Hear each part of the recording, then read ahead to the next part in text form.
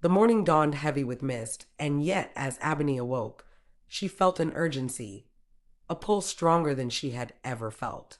The memory of the falcon's pain lingered, echoing through her thoughts like an unfinished melody. The forest was calling her back, and though she told herself she was just imagining things, her feet seemed to move on their own. Soon, she was once again at the edge of the woods, where the world was green and dense with life. Every tree seemed to lean toward her, every sound seemed amplified, as if the forest itself knew she had returned. She pressed on, stepping lightly on the soft ground, and the familiar sense of damp earth and fresh leaves filled her senses.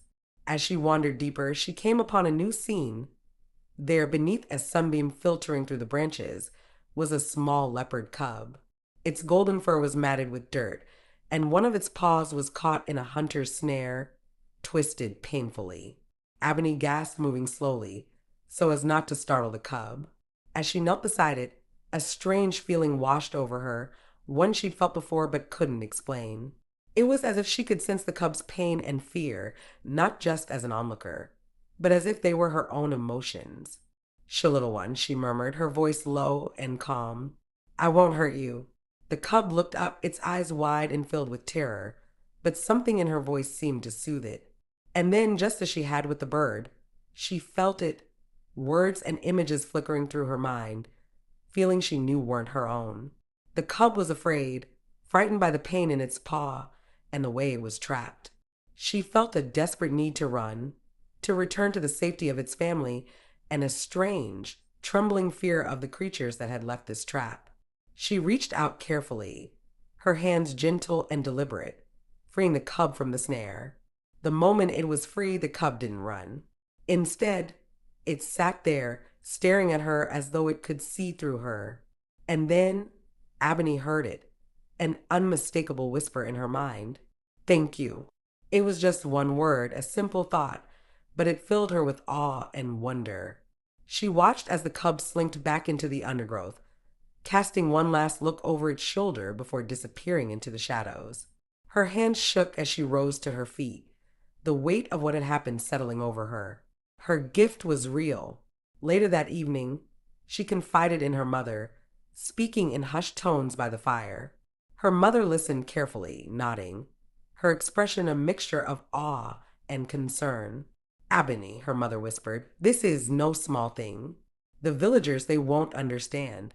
You must keep this hidden, my child." Abeni nodded, but a part of her felt as though hiding her gift was like hiding a piece of herself. She wanted to share it, to make others see the beauty she felt in the forest, but she understood her mother's caution. There were some things that only the heart could understand. In the days that followed, her gift grew stronger. Each time she entered the forest, the animals seemed to draw closer, as if recognizing her as one of their own. Birds chirped from branches as she walked by, and a family of monkeys even greeted her, their eyes bright with a strange knowingness. And each time she ventured deeper, the familiar sight of the leopard cub would greet her, watching from the shadows, but never with fear. But her frequent trips did not go unnoticed. Whispers filled the village.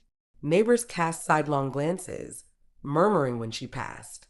Some even crossed to the other side of the path, as if her presence carried something dangerous.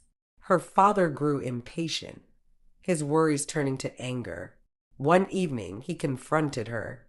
"What do you think you're doing, Abeni?" he demanded, his voice low but tense. "The village is talking, and they're saying strange things about you. This isn't normal. You're spending too much time alone out there." "It's just the forest, father," she replied, her voice steady. "I feel at home there." "Home," he scoffed. "The forest is for hunting and gathering, not for wandering like a spirit. You're bringing shame upon our family." His words stung, but she held her ground. "The forest is more than you think," she whispered, her eyes bright. "If you would only listen." But he shook his head, anger flashing in his eyes. "Enough," he said. "Stay away from the forest."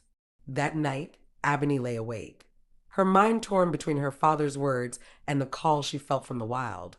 Just as she was drifting off, a cry split through the night, low and mournful. It was an animal's call, but something in it felt almost human, a desperate cry for help. Abeni sat up, her heart pounding.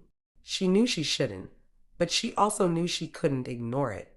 Without a second thought, she slipped out of bed and into the night, drawn by the cry that echoed through the trees, knowing she was meant to answer it.